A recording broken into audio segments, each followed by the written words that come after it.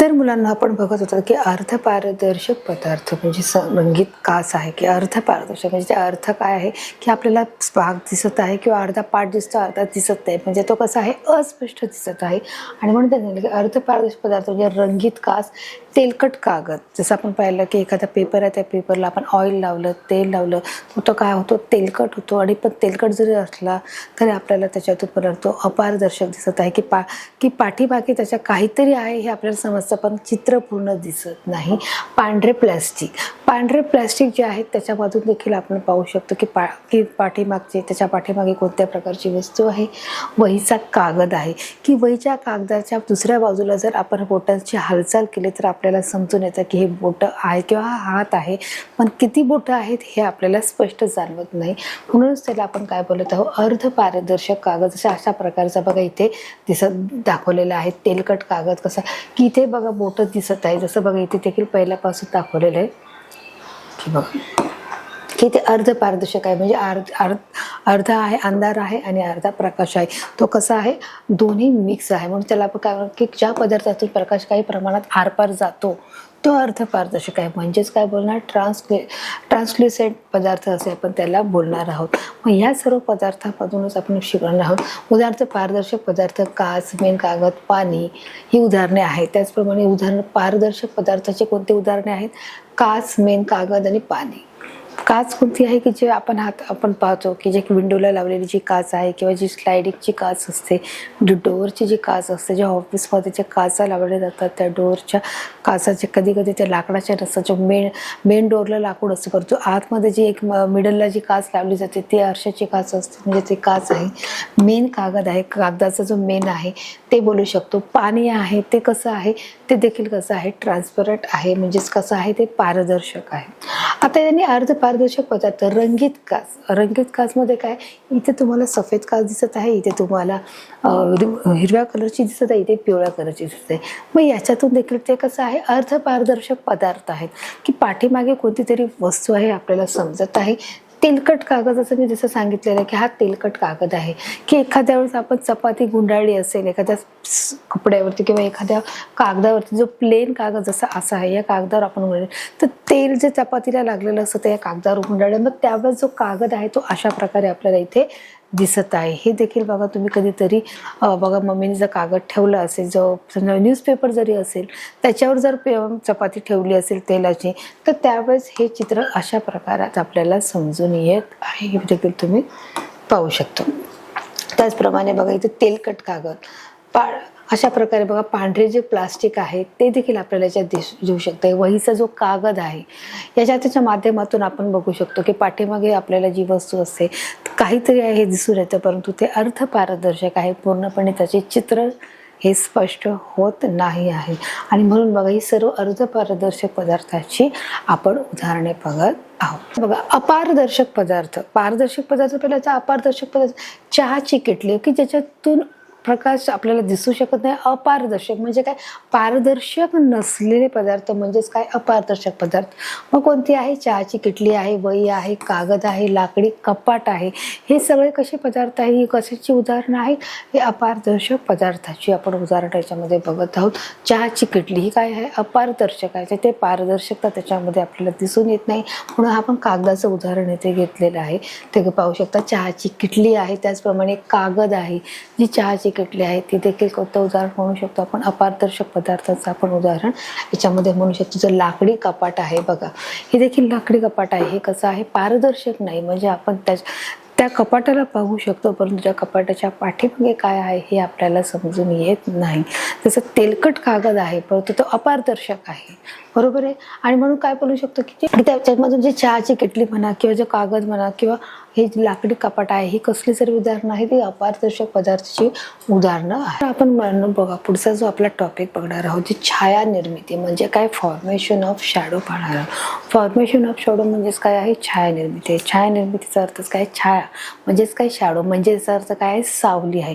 मग सावलीची निर्मिती कशी होते की एखादा पदार्थ जर अपारदर्शक पदार्थ जर त्या एखाद्या वस्तूच्या मध्ये आला तर तो आरपार जात नाही, म्हणजेच त्याला आपण काय बोलत आहोत, त्याची छाया छाया पडते म्हणजे त्याची सावली पडते हे देखील आपण समजू शकतो. म्हणजे काय, एखादं आपण बोलू शकतो दीप्तिमान वस्तू आणि दीप्तिहीन वस्तू. मग दीप्तिमान वस्तू कोणते ते आपण पाहिले आहे. दीप्तिहीन वस्तू म्हणजे जे आपल्या घरात जे फर्निचर आहे, मग त्या प्रकाश किरणाच्या झोतात आल्यानंतर ते किरण आरपार जात नाहीत आणि म्हणून आपण त्याला काय बोलत आहोत म्हणून की ते आपल्याला परावर्तित होत नाही आणि म्हणून ते काय होत आहे की आपण त्याला बोलत आहोत त्याची सावली पडली जाते आणि म्हणूनच आपण त्याला काय म्हणणार आहोत, छाया निर्मिती असे आपण त्याला बोलणार आहोत, फॉर्मेशन ऑफ शॅडो. प्रकाश स्तोत्राच्या मार्गामध्ये अपारदर्शक वस्तू आली. प्रकाश स्तोत्र, मग कोणतं प्रकाश स्तोत्र आहे, जे सूर्याचं प्रकाश स्तोत्र असू शकतं किंवा जे बॅटरी आहे, जे विजेरी आहे त्यातून आपण काय करतो, लाईट चालू करतो, मग ते स्तोत्र आपण म्हणू शकतो.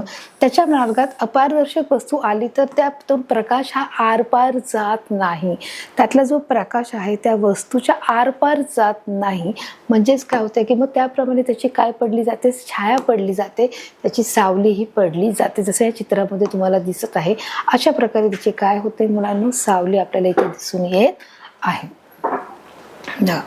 त्यामुळे वस्तू पलीकडे असलेल्या भिंतीवर, मग त्यामुळे काय होत आहे, वस्तू पलीकडे असलेल्या भिंतीवर किंवा त्या पृष्ठभागावर वस्तूची सावली पडलेली असते. समस्या मुलांना आता पुन्हा एकदा आपण क्लिअर करूया. बघा, तुमच्या माहितीसाठी आपण बघणार आहोत. बघा इथे काय लिहिलेलं आहे, प्रकाश स्तोत्राच्या मार्गामध्ये अपारदर्शक वस्तू जर आली आहे, जर एखादा प्रकाश स्तोत्र आहे, आपण समजा एखादं समजूया विजेरी बघूया की ती जर आपण ऑन केली तर त्याच्यातून प्रकाश बाहेर पडतो.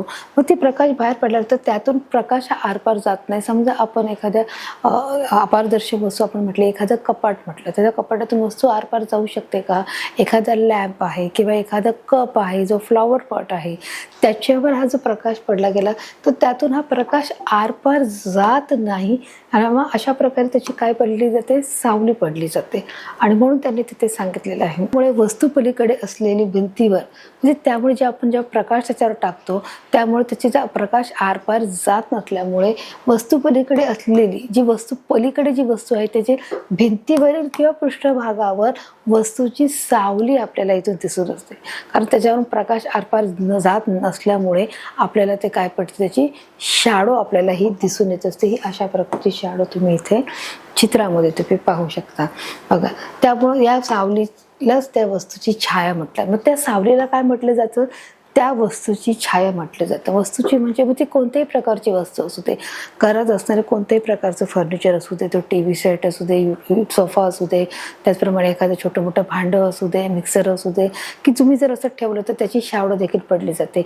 इव्हन अंधारामध्ये देखील लाईट गेल्यावर जर आपण भिंतीकडे बघितलं तर आपली देखील शॅडो, आपली सावली ही त्याच भिंतीवरती आपल्याला चित्रित झालेले भागत असते. आणि मग आपण बोलतो की अरे, आपण जेवढे आहोत त्याच्यापेक्षा ती सावली आपल्याला जास्त उंच किंवा लांब अशी आपल्याला आढळून येते, की आपण माणूस जेवढे आहोत त्याच्यापेक्षा ती डबल आकाराची ती सावली आपल्याला ही दिसून येत असते. मग अशा प्रकारची वस्तूची छाया, या सावलीलाच वस्तूची छाया किंवा शॅडो ऑफ द ऑब्जेक्ट असे आपण म्हणणार आहोत.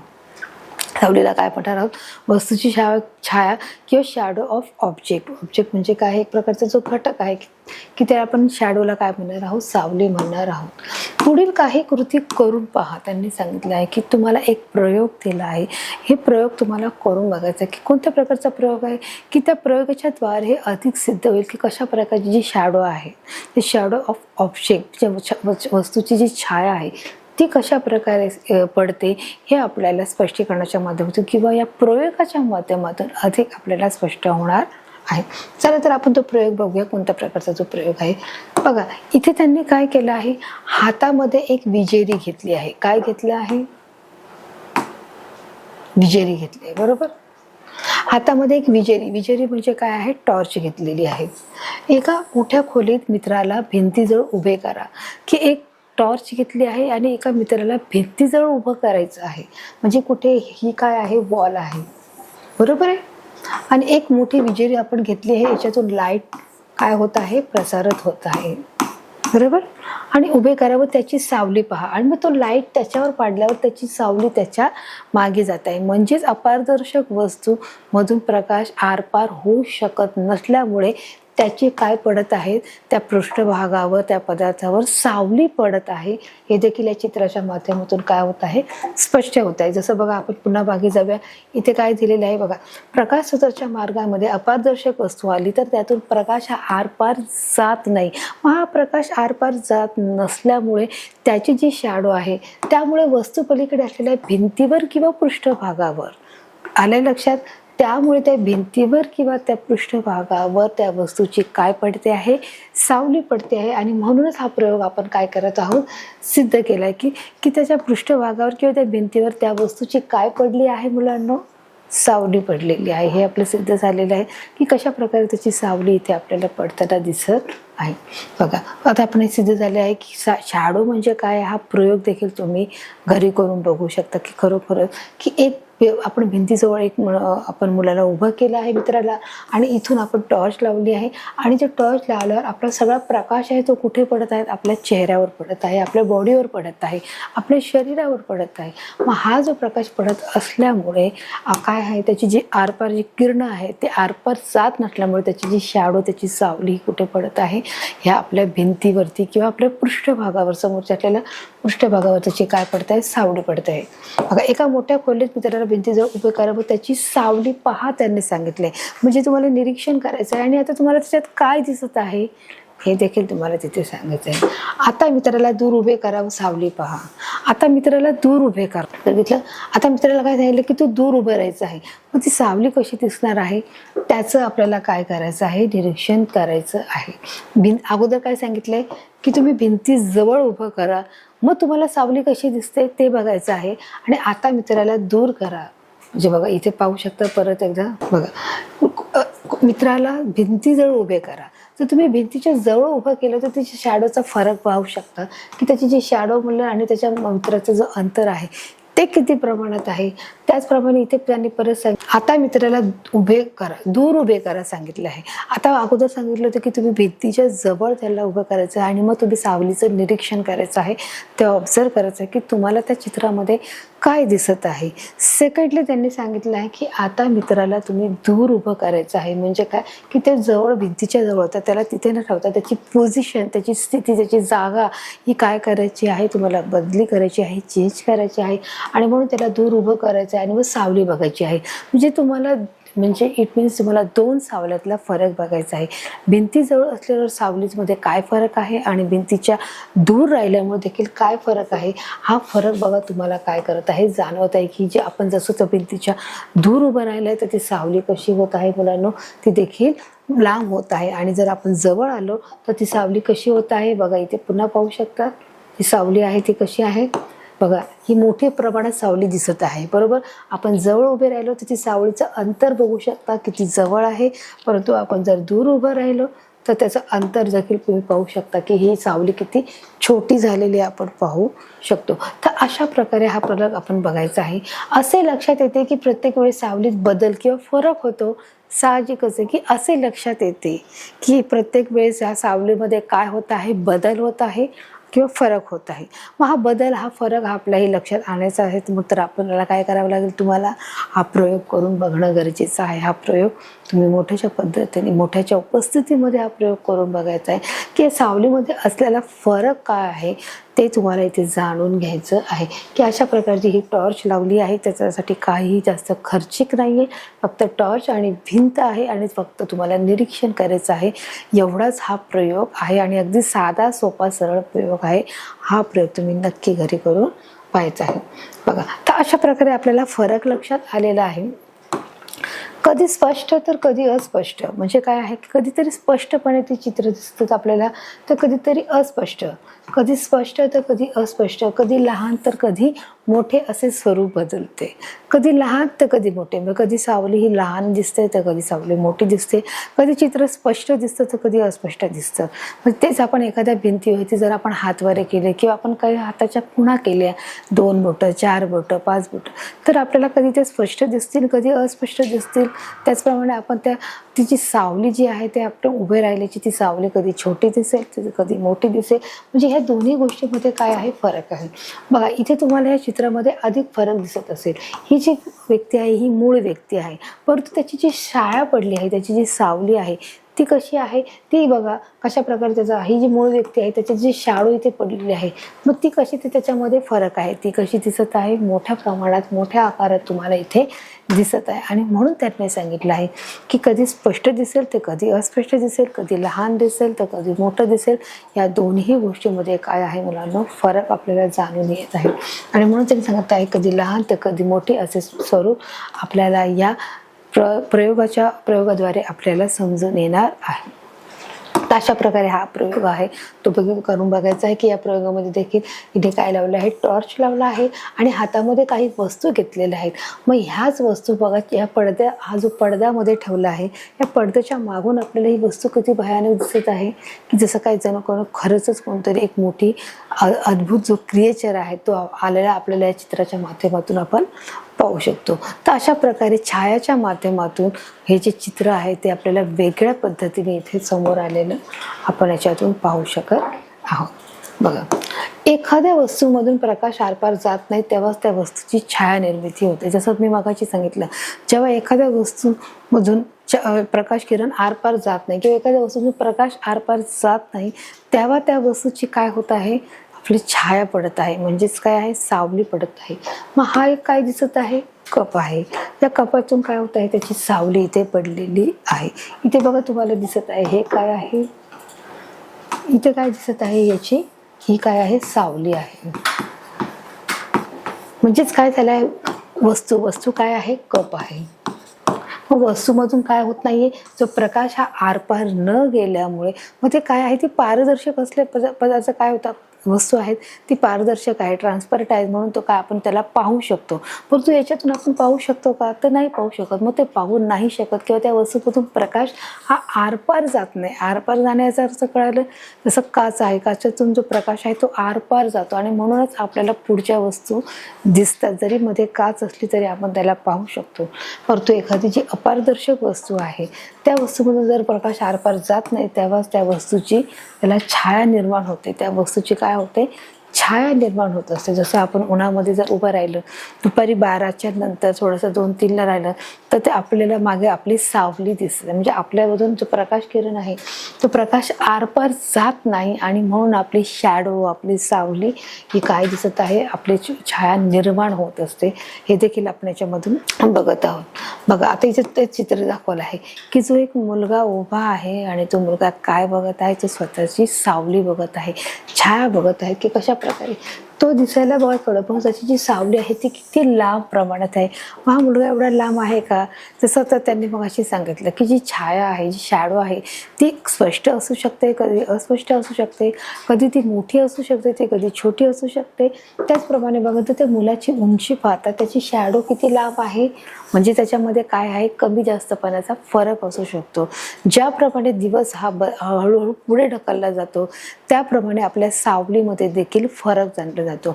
दुपारी 12च्या सुमारास आपली जी शॅडो असते ती फार कमी असते, परंतु 12च्या आधी आणि 12च्या पुढच्या नंतर 3-4च्या संध्याकाळच्या वेळी ती शॅडो असते ती काय होते, लांब कळत पुढे जात असते. आणि तसंच या मुलाचं जे चित्र आहे ते आपण पाहू शकता. प्रकारे बघा, याचे जे स्वरूप आहे, जे छायाचं ते पाहू शकता. छायाचे स्वरूप हे प्रकाशाचा स्तोत्र आहे.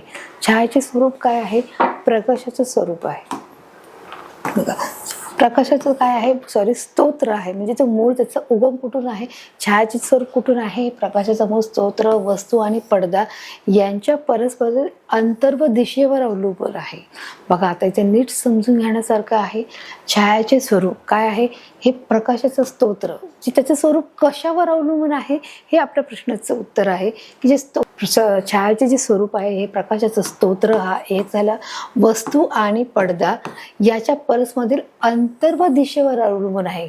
काय आहे की जे छायाचे स्वरूप कशावर अवलंबून आहे, अंतर आणि दिशेवर. कोणाच्या मार्फत, प्रकाशाचं स्तोत्र, वस्तू आणि पडदा यांच्यातील परस्परातील अंतर आणि दिशा यावर अवलंबून आहे की छायाचं स्वरूप कसं असू शकतं हे देखील लक्षात ठेवलं. आणि म्हणून हे आपल्याला जो जो दिसत आहे त्याची जी शॅडो, त्याचं जे म्हणू शकतो, जे छाया बोलू शकतो, ती छाया किती प्रमाणात कमी असू शकते, ती जास्त असू शकते, ती कधी स्पष्ट असू शकते, तर ती कधी अस्पष्ट असू शकते. हे देखील या चित्राच्या माध्यमातून आपण पाहू शकतो. म्हणून त्यांनी सांगितलंय छायाचे स्वरूप हे प्रकाशाचं स्तोत्र आहे. छायाचं स्वरूप कशावर अवलंबून आहे? प्रकाशाचे स्तोत्र, वस्तू आणि पडदा.